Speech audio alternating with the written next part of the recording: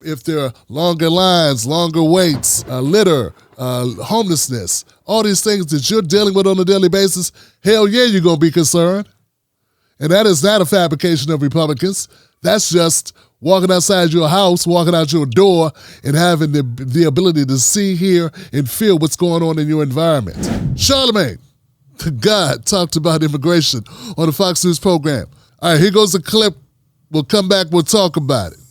I have the privilege, man, of doing morning radio and speaking to working class people every single day. I have the privilege of being involved in my community from New York to New Jersey to South Carolina, where I get to look people in the eyes and have real conversations with them, and people are really concerned about this issue. Like I honestly have never spoken to as many people who are concerned about the migrant issue as I have over the past year. And Charlamagne is right about this.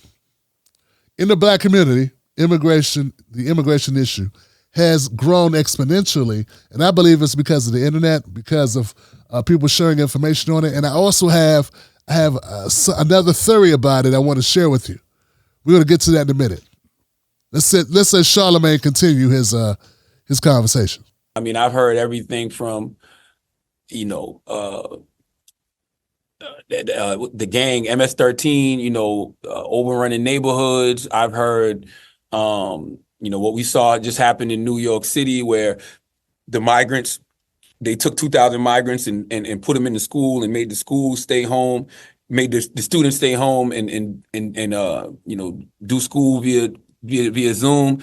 And that was a big issue. Like, I mean, people were calling the radio station, that was just this week, really, really, really complaining about that. So I've never seen, working class people who I interact with every day until this past year really, really, really express their frustration for the migrants. And it's not even just the people. Like, you see politicians who once, championed having the migrants in the city, like the mayor Eric Adams of New York. Now they're like, yo, hold up.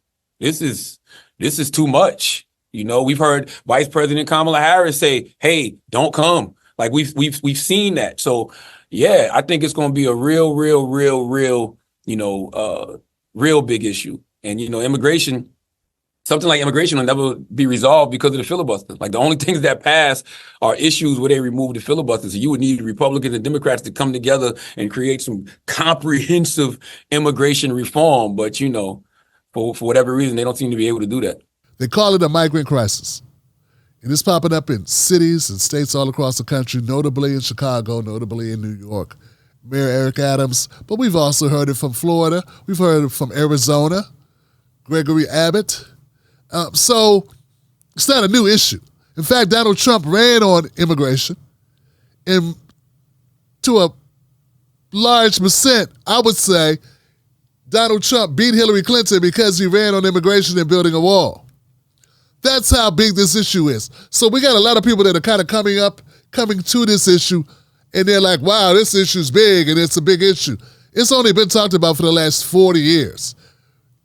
Immigration is a hot potato that gets passed around between administration to administration. So let's look at the historical record about immigration so that you understand.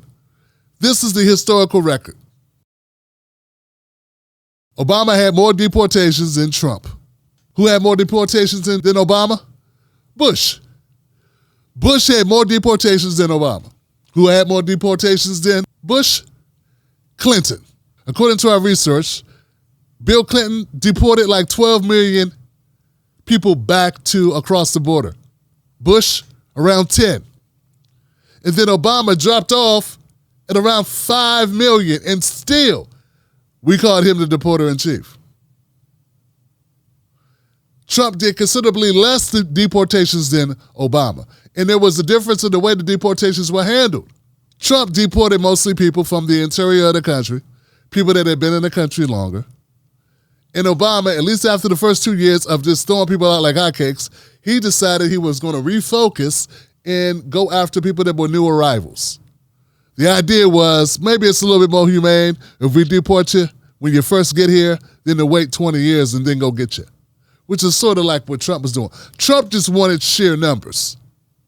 And then Obama, through executive order, created a protected status measure which helped new arrivals or those who had been here as children, who came here as children, to get protected status so they could stay in the country.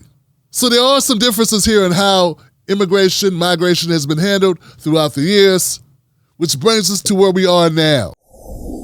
Sustainable border, what they're calling a crisis. Why can't this be accomplished during this administration? Well, so there's no question that our immigration system is broken. And so much so that we, as the first bill that we offered after our inauguration, was to fix the immigration system, which included what we must do to create a pathway for citizenship and to put the resources that are needed into the border. But sadly, people on the other side of the aisle have been playing politics with this issue. The solutions are at hand.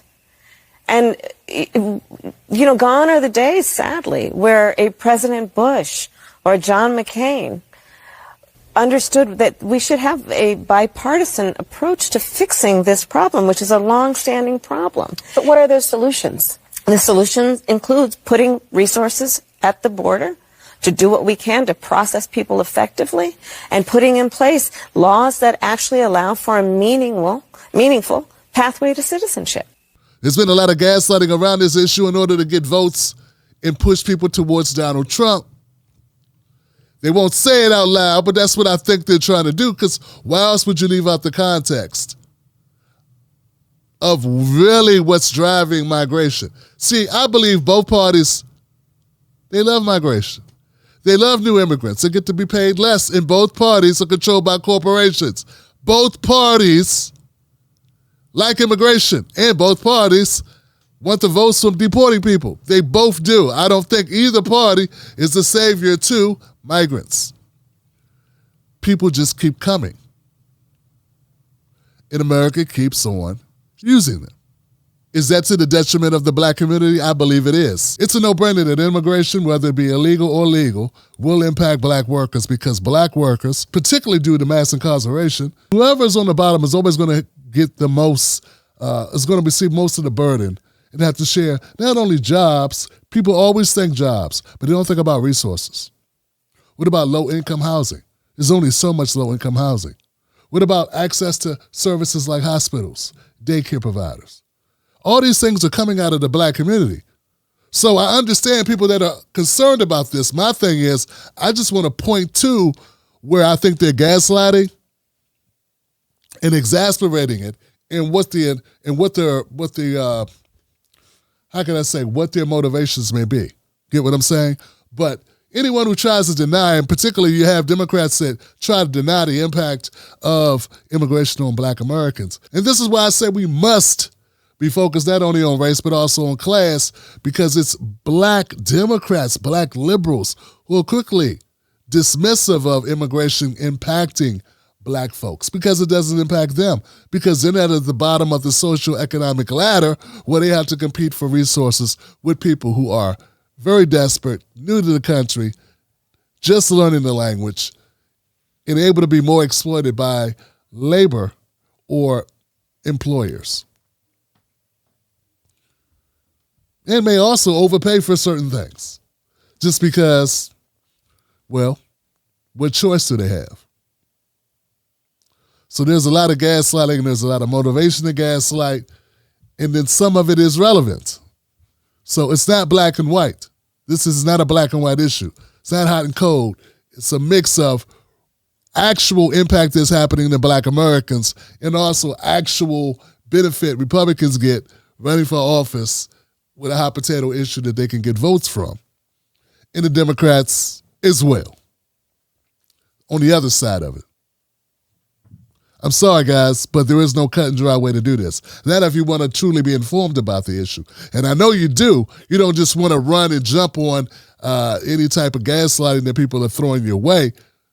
But if you are in your life on a daily basis, having problems on your commuter train, on the bus, not enough facilities for the migrants that have entered your community, if there are longer lines, longer waits, if there's an increase of litter, homelessness, all these things that you're dealing with on a daily basis, hell yeah, you're going to be concerned.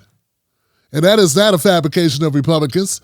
That's just walking outside your house, walking out your door, and having the ability to see, hear, and feel what's going on in your environment. And the fact that we have a number of liberals or progressives who are more focused on kumbayaing and feeling good about themselves, and typically that's just because they don't have to deal with the problem. And that's not coming from someone who supports Ron DeSantis or Gregory Abbott or any other conservative Republicans. That's just coming from someone who supports the people first. And that's what I'm doing.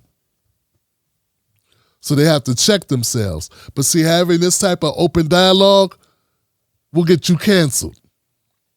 And also limit your opportunities. That's why I need you to support the Tim Black Show, support what we do here, calling it out with Tim Black. So anyway, back to Charlamagne. I wanna look at one of these issues that Charlamagne brought up that I think is being exploited. Remember when Charlamagne said this? You know, what we saw just happened in New York City where the migrants, they took 2,000 migrants and put them in the school and made the school stay home, made the students stay home and do school via Zoom. And that was a big issue. Like, I mean, people were calling the radio station, that was just this week, really, really, really complaining about that. So I was going to be put on this story about the schools. And I had every intention of telling the people, hey, this is jacked up. This is unacceptable. But then I read about the story. And then I couldn't have a good conscience bring the story to you. So here's the story. There was a potentially damaging storm coming into the area. At this open air, sort of a shelter, this outdoor shelter, there were a bunch of migrants, about 2,000 migrants that were housed there, outdoors, obviously. In the anticipation of the storm, and they didn't want people to get injured because they're literally living in tents outside, they said, well, what can we do with these people? We don't have anywhere to take them until the storm passes over. They said, well, bring the buses, we'll load them in the buses, and we'll take them to an empty school. This school is empty in the evening, so you can spend overnight, wait out the storm, and then we'll evacuate. Somehow this story got manipulated by who knows who, and they spread the word that the school was going to be overtaken by the migrants. In reality, it was just for the one-night stay.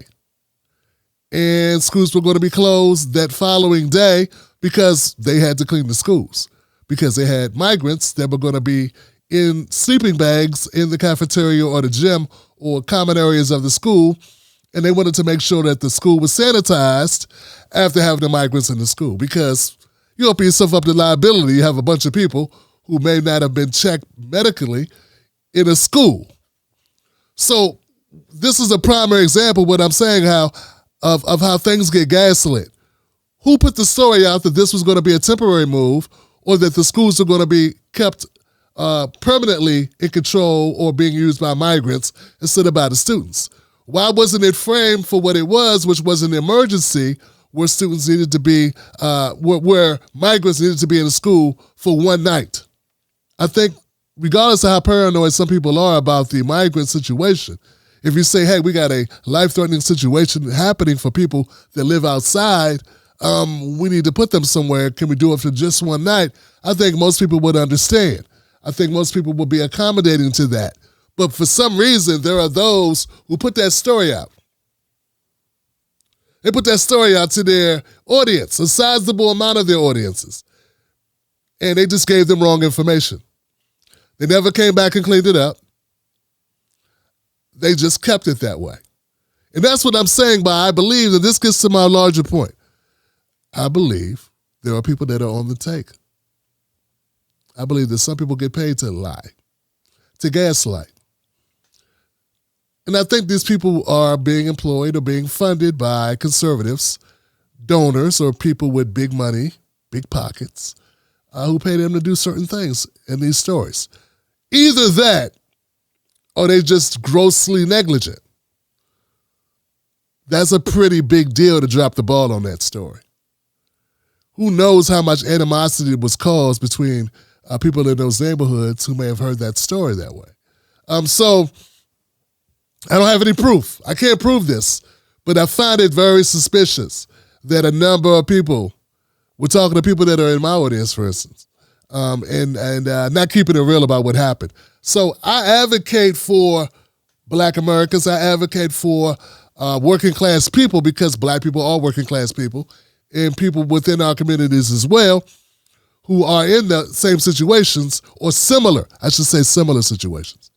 And I'm not going to lie, but I'm not going to lie to you to get your viewership. I'm not going to gaslight you and scare you or piss you off just to get views. And if I do get something wrong, I want to be the first person that comes back and cleans it up. You should not be coming back to the Tim Black Show to find out someone that you trust misled you.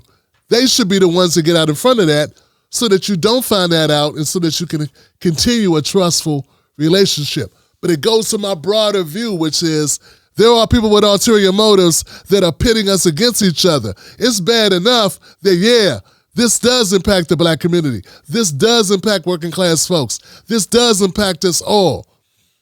And there are people that are trying to minimize that and deny that. But it does not help to exaggerate it for your own personal gain and monetary benefit, to exploit these issues in order to benefit yourself. I think that is a betrayal of the covenant that you should have with your viewers and with the general public. But what can I do except tell you the truth?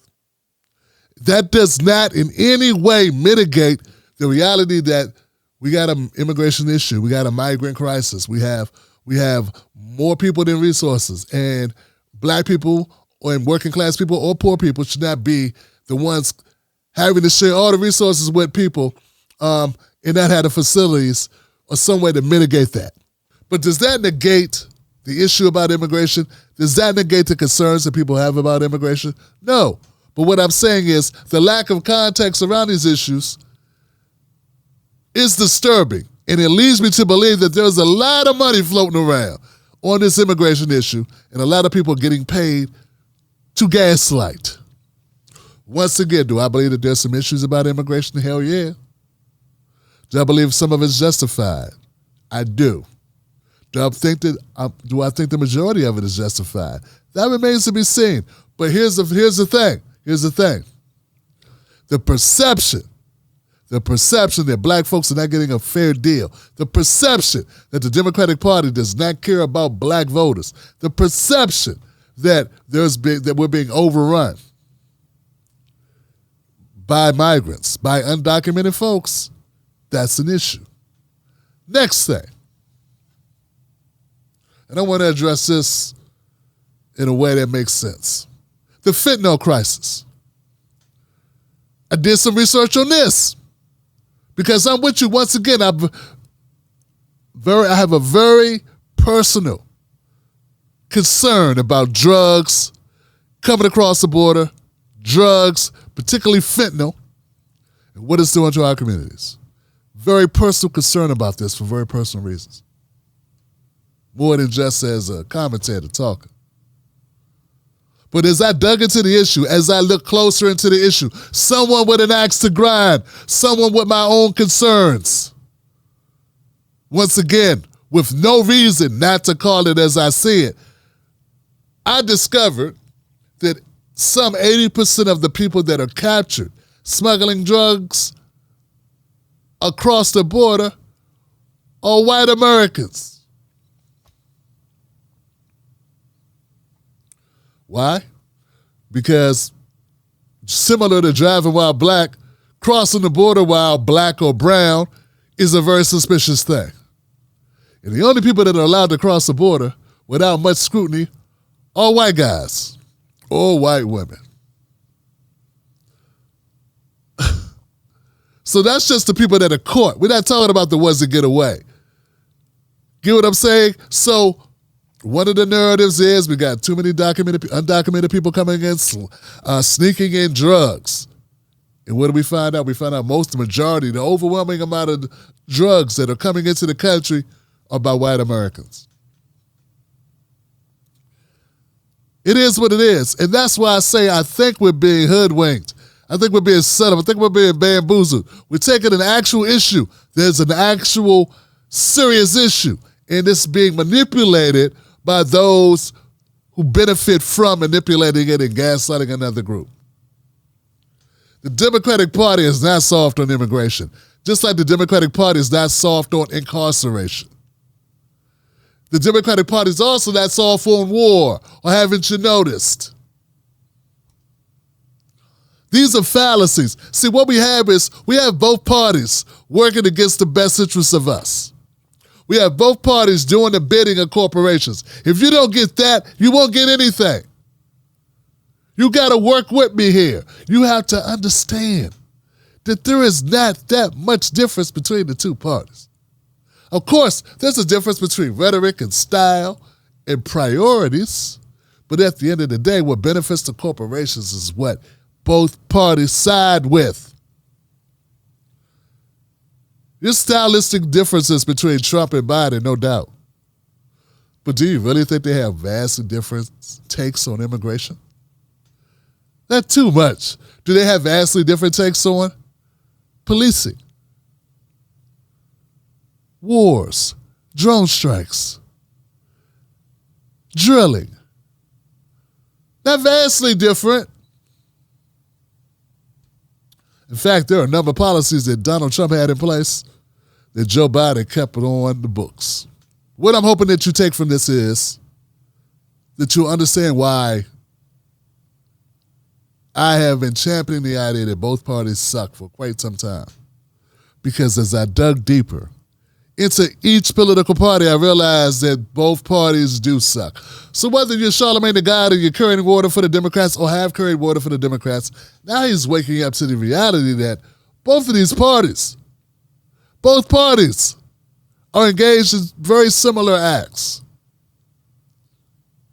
Tone policing is not policy policing. You understand what I'm saying? The tone of the Democratic Party is frequently more nicer, more gentler, more kinder. But the policy sometimes is almost identical. And I love this meme. This is one of my favorite memes. I stumbled across it back in 2020 or 2019 or something like that. Black Lives Matter. Will you help the poor? No. How about a program to help us get our lives better, close this racial wealth gap? No. But Black Lives Matter, though. Once Obama became the deporter-in-chief and they were actually protesting against him, he changed his rhetoric and toned down his deportations. Then he came up with this idea of being more kinder, gentler. It started with the relaxed transition, what was it, the Green Act? The Dream Act, that's what it was. It was the Dream Act and then the protected status. He did these things to kind of mitigate what he had already created. But make no mistake about it, there were a lot of deportations under Obama, a lot of deportations under Bush, even more deportations under Bill Clinton. Charlamagne the God, welcome to joining the world of the living. I'm glad you are now paying attention. These issues, these concerns about immigration, migration, all stem from a lack of social services, a lack of focus on the needs of everyday people. And when you have everyday people suffering, everyday people having issues of putting the food on the table, everyday people having problems accessing health care, being able to keep their heat on, being able to keep a roof overhead, it's only human nature to look and say, why is resources from my state or my city going to people that don't put into the kitty? These are people that are not contributing to the tax base.